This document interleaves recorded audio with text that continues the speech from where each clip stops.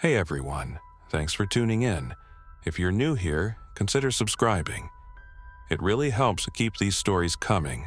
And while you're here, let me know in the comments where you're listening from. Now, sit back, relax, and let's get into the story. My name is Dr. Elias Warren, and I'm one of 6 people assigned to Outpost Arvik, a remote research station roughly 120 kilometers southeast of Alert, Nunavut, nestled in the Canadian Arctic archipelago.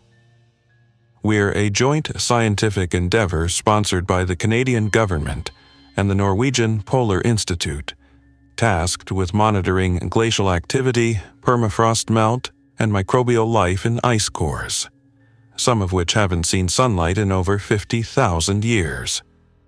A tiny speck in a sea of white silence, Arvik sits on solid bedrock above the Ward Hunt ice shelf with a direct satellite uplink, solar backups, and supplies flown in every 2 months via LC-130 Hercules from CFB Trenton. As of mid-February, our latest supply drop had been delayed due to high winds. Nothing unusual.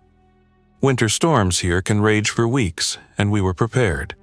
We had enough food, fuel, and emergency rations for 3 months. Plus a shared routine that kept us sane. Science in the morning, maintenance in the afternoon, and either poker, movies, or training drills in the evenings.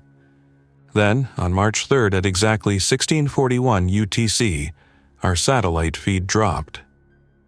It wasn't immediate panic. These things happen. I'd personally done cable reconfigurations before during electromagnetic interference.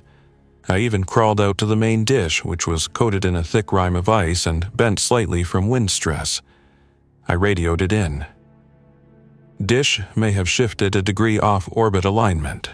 Manual realignment underway. Static crackled back through the headset. Then nothing. Our backup ham system was dead too, a full blackout.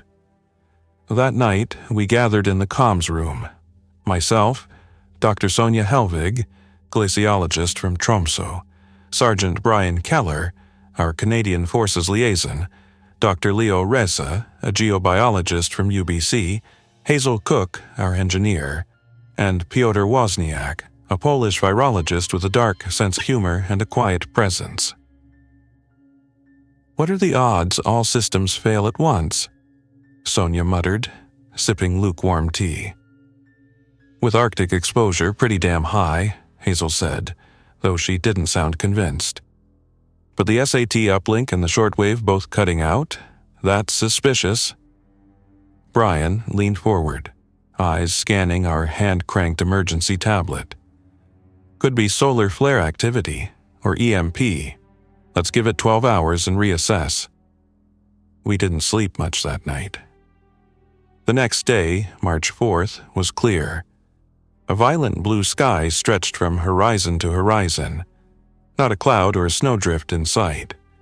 I climbed to the roof again and manually reoriented the parabolic dish using the tethered crank and laser aligner. No luck. Hazel joined me a few hours later to help rewire the dish's coupling relay. Nothing. It wasn't a hardware issue. At breakfast, Piotr brought something up. I recorded some fluctuations in the frozen core samples. Strain 34B had unusual activity at 23 degrees, which shouldn't be possible. He showed me the data on his local terminal. Growth signatures. Tiny ones, barely readable. Something within the ancient ice samples was reacting. "You think it's microbial activation?" I asked. "It shouldn't be. The sample was flash frozen immediately after extraction. The chamber's temperatures remained constant, but something's off." Keller folded his arms. "So, we've got no contact with the outside world, our comms are dead, and now you're telling me something's alive inside 50,000-year-old ice?" "Technically not alive," Piotr said. "Not in the traditional sense." He said it like a joke, but no one laughed. We went about our duties for the next 2 days. Still no comms, still no overflight check-ins. Normally, CFB Alert sends a drone recon pass every 72 hours. We heard nothing. No distant rotor hum, no contrail, no sky shadow. Then, on March 6th, everything changed. Hazel and Piotr were in the microbial chamber when it happened. I was doing checks in the greenhouse when I heard Hazel scream through the intercom.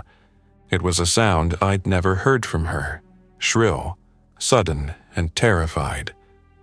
I ran across the corridor and keyed into the decontamination zone. The inner doors were sealed. Through the window, I saw Hazel slumped on the floor, face smeared with blood, hand clutching at a gash in her shoulder. Her lab coat was torn. Piotr was nowhere in sight. I activated the emergency override and stepped into the airlock. "Don't," Hazel croaked. "He attacked me." She wasn't talking about a lab accident, not a microbe, not some reaction from the ice. She meant Piotr. "What do you mean he attacked you?" "His eyes," she whispered. "They were black. All black. He bit me. Biting. Eyes black as oil. I called for Brian. When he arrived, we did a full lockdown on the lower labs and initiated a shelter protocol. Piotr was now considered compromised. Keller swept the sublevel with his Sig Sauer P-226 drawn. No sign of him. The emergency ladder to the waste corridor had been opened. That meant he could be anywhere. The next 24 hours passed like a fever. Hazel was stabilized. I administered antibiotics and flushed the wound, but she was feverish by midnight. Her heartbeat was erratic. Sonia checked her vitals every hour, growing more concerned with each pass. Leo began analyzing the strain Piotr had been working with. The samples were taken from a depth of over 1,500 meters, permafrost from an ice cave near Lake Hazen. The metadata showed exposure to carbon-rich gases and bacterial formations unlike anything we'd cataloged before. One sample registered transient activity when introduced to human blood serum, an anomaly we chalked up to contamination. But that might have been our first mistake. On the morning of March 7th, I found Keller suiting up. "I'm going to the ridge," he said flatly. "Need elevation. I'll use the HF whip antenna and try to catch anything on analog bands. I can rig a spark gap transmitter if I have to." I nodded. It made sense. "Take the survival pack. Bring the flare gun." He looked at me grimly. "If Piotr's out there, I'll bring him back, one way or another." Hazel died around 14 o'clock. At least we thought she died. Sonia and I were with her in the med bay when her heartbeat flatlined. No pulse, no oxygen. We covered her and noted the time. 15 minutes later, she sat up. I've seen things that made my stomach turn. Frostbite cases, hypoxia, even high-altitude cerebral edema. But nothing prepared me for the sight of Hazel Cook rising from her deathbed with lips gray and eyes glossed over like ice. She made no sound, just stared at us. Her mouth was slack, her jaw twitched, her skin was pale like candle wax. Then she lunged. She moved fast, too fast. She caught Sonia by the coat and dragged her to the ground before I could react. Sonia screamed and tried to push her off, but Hazel sank her teeth into Sonia's collarbone like a wild animal. I grabbed the crash cart and slammed it into Hazel with all my weight. She barely reacted. Sonia was bleeding heavily. I grabbed her and pulled her out of the medbay, jamming a chair under the doorknob behind us.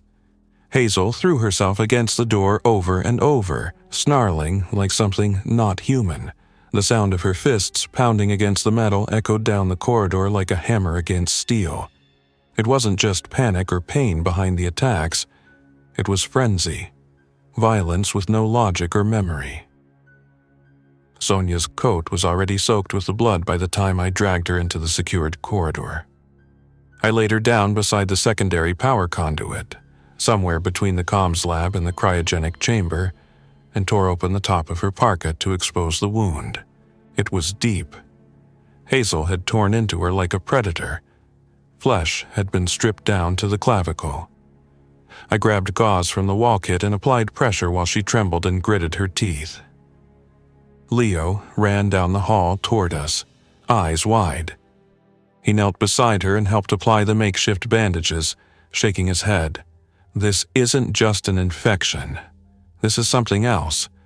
Nothing spreads this fast," he muttered, voice barely above a whisper. I didn't respond.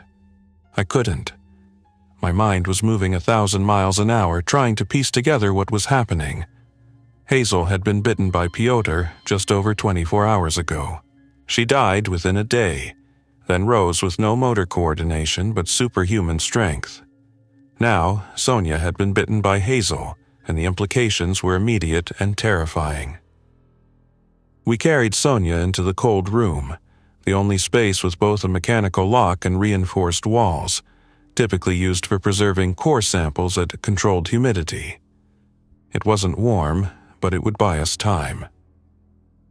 I slid the magnetic lock into place and turned on the ultraviolet sterilizer overhead, bathing the room in sterile blue light. Sonia's skin had gone pale, her breathing shallow. She didn't say much. She knew. We all did. I pulled Leo aside once she was resting. "We can't let her turn," I said. "Not like Hazel. We need to contain her no matter what." Leo nodded grimly, but he looked like a man on the edge of collapse. He rubbed his eyes and sat down on a crate beside the emergency oxygen tank. I've seen spore mutations under cryogenic stress, but this isn't microbial behavior. This is invasive, viral. It hijacks the nervous system. But that kind of transformation rate, it's beyond anything in the literature. He paused. Piotr mentioned something about a black sheen he saw under the microscope.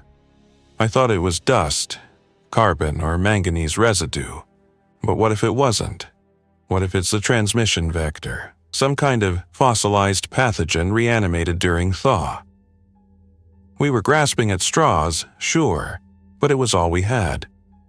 Piotr's samples had come from the deepest permafrost layer, at a depth that hadn't seen a thaw cycle in geological time. The conditions that released this, whatever it was, could have been a perfect storm. Melting permafrost, high microbial density, and now a host. It was a nightmare born from a real and possible scenario. A pathogen, sleeping for tens of thousands of years, preserved in ice, waiting for the warmth of a human body to wake it up. We decided to burn all the samples Piotr had worked on. There was no other option. Leo and I suited up and entered the lab together. The cryofridge was sealed with magnetic clamps, but we bypassed it using an override code Hazel had programmed before she got sick. Inside, the vials shimmered under the red emergency lights, each one labeled meticulously. Strain 34B, strain 35C, core sample 4A. There were dozens. We didn't take chances. I dumped them all into a portable biohazard container and carried them out to the external furnace hatch, normally used to incinerate waste during long expeditions. One by one, I fed the tubes into the heat chamber and activated the purge sequence. The furnace roared to life, and within minutes the samples were ash. We watched through the narrow window until the last traces were gone. Back in the cold room, Sonia had gone quiet. Her breathing was barely audible, more shallow now than before. Leo stayed with her while I went to check the security cameras. I pulled up the internal feed on the main terminal, grateful it was still running off the isolated backup system. What I saw chilled me. Hazel was no longer at the medbay door. In fact, she wasn't anywhere near the labs. She was in the storage corridor, crawling. Her hands and feet gripped the floor like an insect. Her movements were jerky, unnatural. She kept her head low, sniffing, pausing at intervals as if tracking something. Her mouth was open, slightly, and from the way her shoulders twitched, I could tell she was listening. Not like a human, more like an animal attuned to vibration, sensing heat or movement. Then she stopped and turned her head to face the ceiling camera. There was no recognition in her expression, just a still, terrible emptiness behind her eyes. I turned off the monitor and backed away. At 1840 UTC, Brian returned. He came in through the airlock with his rifle slung across his chest and frost clinging to his eyebrows. I almost broke down when I saw him, alive, unharmed. He looked at me, confused at first, until I grabbed his arm and pulled him into the emergency briefing room. I told him everything. The attack, Hazel's transformation, Sonia's condition, the destroyed samples, and our total blackout from the outside world. He didn't interrupt me once. When I was done, he sat down slowly and pulled off his gloves. "I picked up something," he said finally. "Weak signal. On the 27 megahertz band, old trucker frequency. Mostly static, but I heard a voice." I leaned forward. "What did it say?" He pulled out a small digital recorder and hit play. The recording hissed and cracked, but a voice emerged, warped by interference, broken into bursts. "Containment, not isolated. Repeat, not isolated. Multiple urban clusters. Unresponsive." Then a longer pause. "Evacuation failed.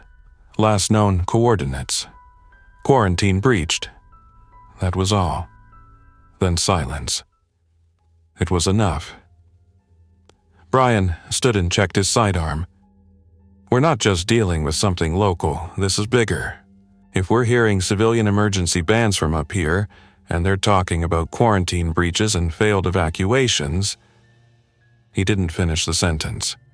He didn't have to. We looked at the situation again with new eyes. The satellite link hadn't failed. It had been shut down. The absence of supply drops, recon flights, and remote comms wasn't coincidence. The world had gone dark because it was collapsing. We were the last flicker of light in a dying storm. Sonia's vitals dropped at 2110. Leo and I were with her when her heart rate dipped below 40. Her skin was cold to the touch. We gave her an injection of norepinephrine and fluid support, but it was clear her body was failing. Her pupils were dilated, her limbs twitched uncontrollably. Leo whispered something in Norwegian and closed her eyes as she slipped out of consciousness. I asked Brian if he'd seen Piotr. He nodded. Tracks, just past the ridge. Looked like he was moving west, but I didn't follow them. Why not? Because there were more than one set of prints, and not all of them were in boots. That night, we reinforced the comms lab and used welding torches to seal the lower lab hatches. We blocked the ventilation shafts with cryofoam and locked the internal elevator shaft between levels. Brian posted up near the main entrance, rifle at the ready, while I monitored the internal cameras again. There wasn't much left of the station that could be considered secure, but the comms lab had thick composite walls lined with electromagnetic shielding. It was originally designed to withstand solar storms and signal surges, not an outbreak, but it had one crucial advantage. The door was manual, mechanical, and could be locked from the inside with a heavy steel lever. If everything else failed, this would be the last place we'd hold out.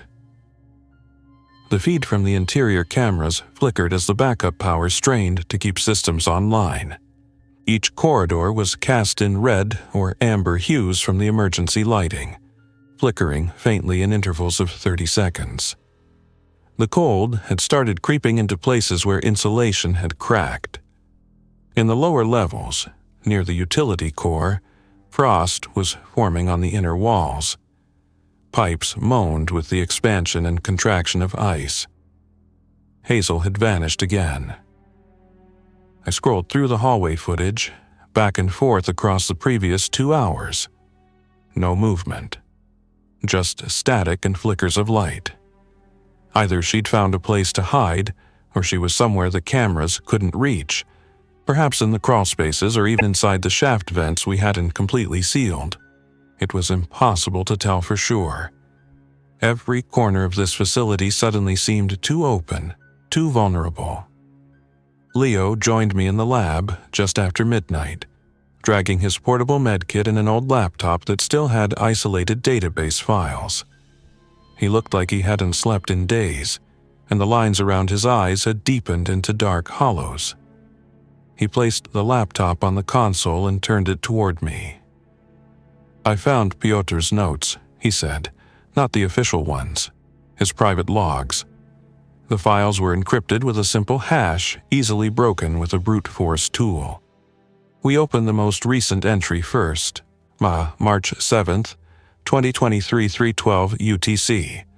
Sample 34SB exhibits secondary movement under electromagnetic stimulation. I applied 1.2 MT field oscillation and the sample reacted, twitched. At first, I believed it was thermal drift or pressure imbalance, but it repeated the motion under the same conditions. This is no longer a dormant structure. It's reactive, responsive. I've sent fragments to Hazel for spectrometry. She's cautious, but I don't think she understands the scale of this. The sample is no longer behaving like inert matter. It's demonstrating what I can only describe as presynaptic mimicry." I glanced at Leo. "Presynaptic mimicry?" "It means it's copying the way neurons behave, the way living cells transmit signals," he said quietly. "He's saying this thing wasn't just alive, it knew how to imitate us on a cellular level." We kept reading. March 8th, 2023, 21:47 UTC. Hazel complained of headaches after handling the sample. Fluorescent reaction showed black staining in her gloves. Microscopic breach? I told her to monitor for fever or disorientation. She laughed it off. She said I was being paranoid, but I've seen what it does to tissue in the lab. It grows in symmetrical patterns like fungus, and it adapts fast. It mimics host tissue until it replaces it. I don't think we discovered something new. I think we woke something ancient. The final entry was time-stamped only a few hours before Pyotr had vanished. March 9th, 2023, 4:02 UTC. Sonia thinks we should call in a full lockdown. She wants to contact Oslo, but Hazel is already symptomatic. She's sweating. Her pupils are dilated. She said she couldn't remember where she left the cryo key. I checked the microscope again. The sample moved on its own. We're too late. I closed the laptop and leaned back. My heart was pounding in my chest. Everything we were seeing lined up with Pyotr's observations: the rapid transformation, the breakdown of higher cognitive function, the violent reactivity. The infection wasn't bacterial, and it wasn't a classic virus. It was something in between. A hybrid. Dormant for millennia until we thawed it from the ice and gave it warmth, moisture, a host. Leo leaned against the wall, holding a flask of cold coffee that had long gone stale. "Do you think Pyotr made it to the ridge?" he asked. "I don't know. Brian said he saw prints, more than one set. But if Pyotr's infected now..."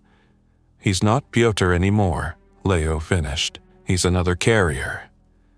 The comm system crackled just once, then fell silent. I jumped out of my chair and leaned over the terminal. No external signal, just a brief burst, like a single ping across a dead ocean. I ran a diagnostic on the antenna array. One of the satellite uplinks, channel 3B, had received a shortwave packet burst at 1:57 UTC, compressed, encrypted, origin unknown. I pulled the raw data and ran it through a simple hex viewer. Among the garbage bytes, one string stood out. NORAD Gridlock Protocol Ref. Able Archangel. Priority 1. Do not attempt exfil via airspace. Hostiles in air. That was it. No signature, no coordinates, no sender. I stared at the message for a long time. Brian came in carrying his rifle, jaw clenched. We got movement outside, south slope. Looks like someone circling near the antenna mast. I followed him to the external camera feed. Through the snow and the swaying whiteout, I saw them. 3 figures. They moved slowly, stumbling. One dragged its left leg behind it at an angle that suggested a shattered bone or torn ligament. They were wearing parkas. One of them had what looked like Piotr's fluorescent orange gear vest. It was him. But it wasn't. I magnified the feed. His face was pale. Lips darkened to a bluish hue. His left cheek had been torn open to the jawbone, but he showed no reaction to the wind. No protective gear, no goggles. He didn't blink as the frost settled on his corneas. Behind him, 2 more figures trudged along. One female, maybe early 30s. I didn't recognize her. The other was taller, heavier set. Also unknown. Civilians, maybe. Visitors? Researchers from another post? It didn't matter now. They were already gone. Brian flicked the safety off his rifle and loaded a fresh mag. They're circling the mast. If they cut the line, we lose internal comms. We already lost the uplink. That mast's all we've got for shortwave or even internal broadcasts, I said. We grabbed our gear, 2 suppressed AR-15s with thermal scopes, standard issue in case of polar bear encounters. Leo stayed behind to monitor Sonia, who still hadn't moved again since we secured her. Brian and I went through the western service hatch, stepping into the cold. Wind cut across the ridge like razors. We moved slowly, keeping low. The lights from the tower flickered through the falling snow. When we reached the base of the mast, we saw the drag marks. Deep, irregular gouges in the snow. Piotr had been there. He'd tried to pull the main control box off its brackets. One of the cables had already been severed. It was dangling, cleanly sliced, the fiber optic threads exposed to the cold. Then we heard the noise. A dry, even breath. Close. Brian turned right and lit up the thermal scope. One of them was crouched behind the fuel drum, 10 feet from us. He didn't hesitate. 2 suppressed shots. The thing dropped instantly. But it didn't stay down.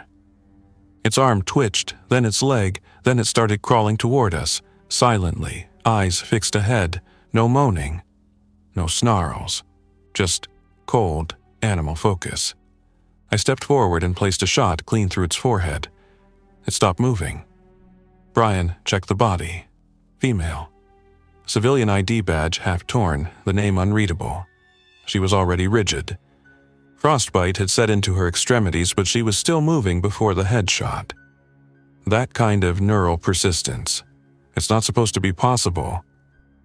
We didn't see the other 2 until we got back to the hatch. They were waiting for us. Hazel was one of them. She lunged from the right, tackling Brian and sending them both into the snow. Piotr stumbled from the left, arms reaching for my throat. I fired twice, center mass. He didn't react. His body took the hits like they were nothing. I aimed higher and took the shot.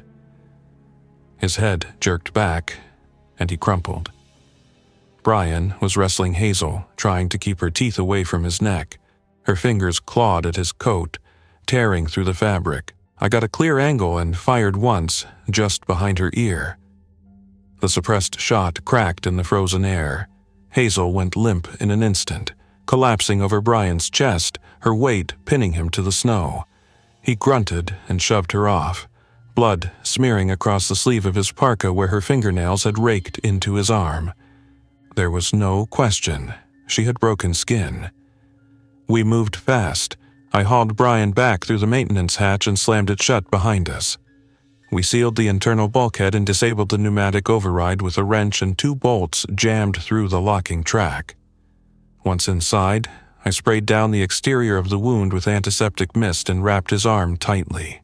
He didn't say anything. He just stared at the floor, silent, jaw locked tight. Leo was waiting near the comm station, pale-faced. His hands were trembling. He'd seen it on the monitors. He asked if we'd been followed. I told him no, but I wasn't entirely sure. Every creak and groan in the station now sounded like movement, like footsteps, or worse. Brian sat against the inner bulkhead.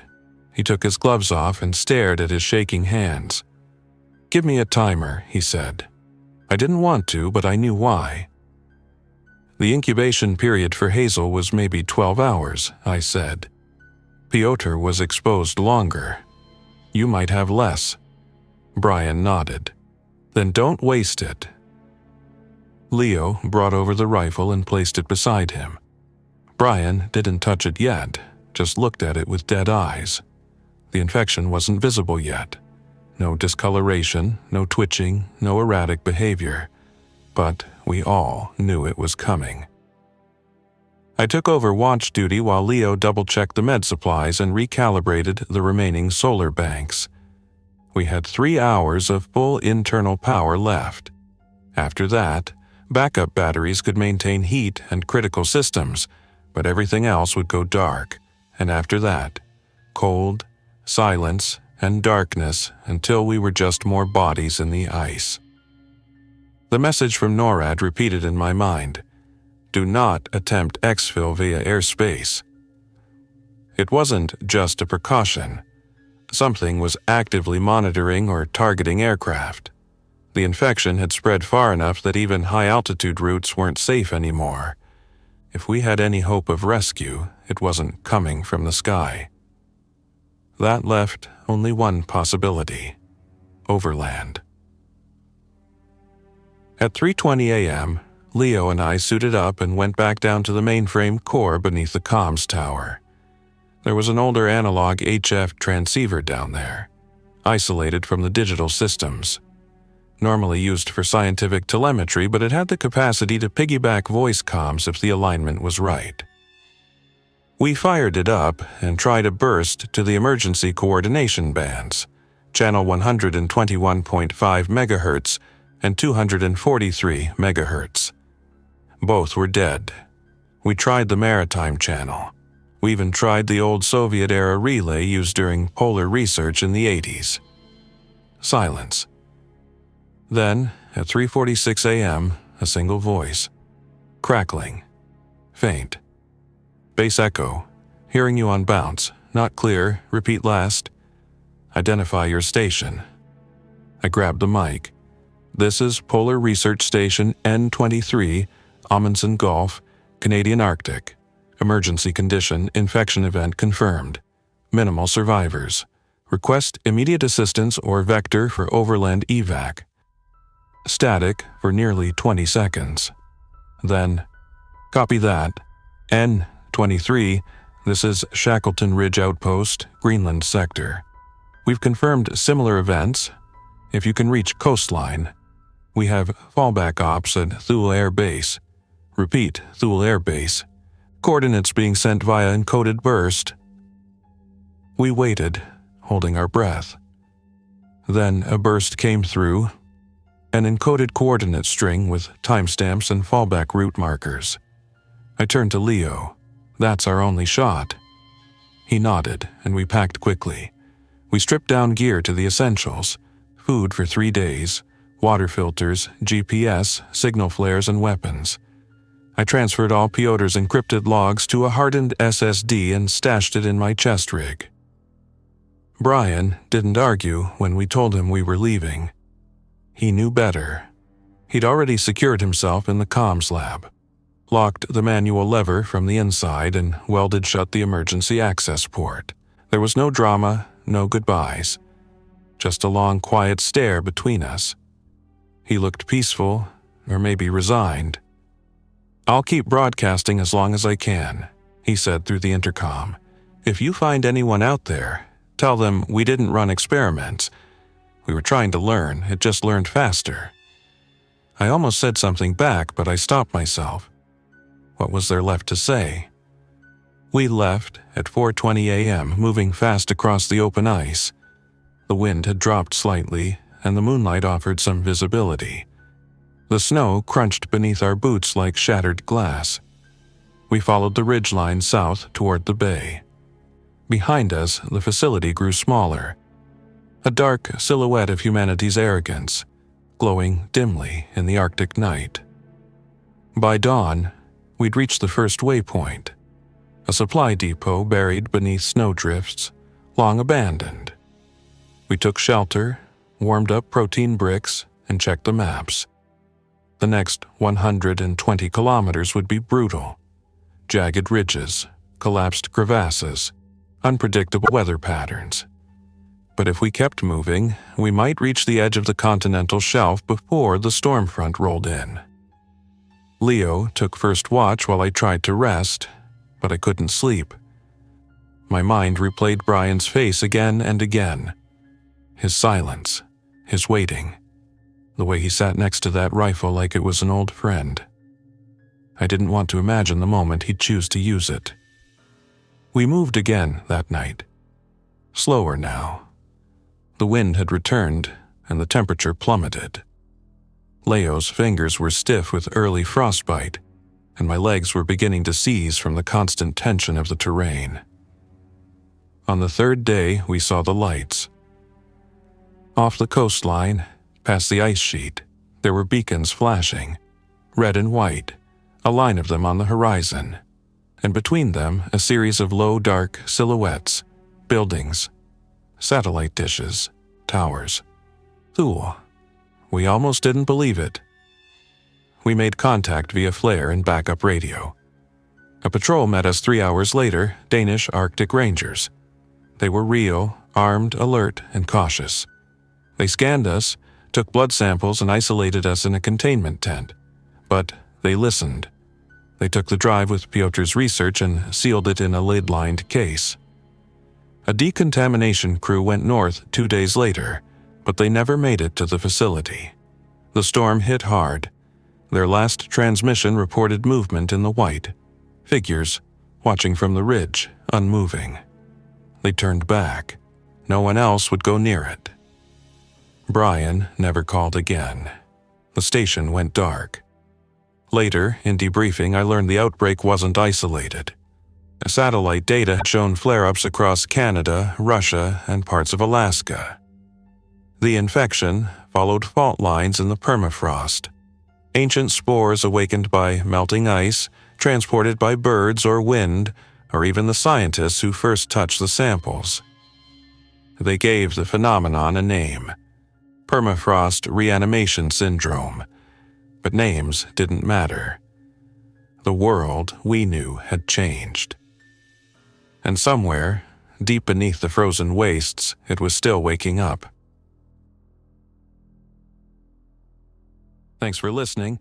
If you enjoyed this story, don't forget to like and subscribe. Your support keeps these creepypastas coming.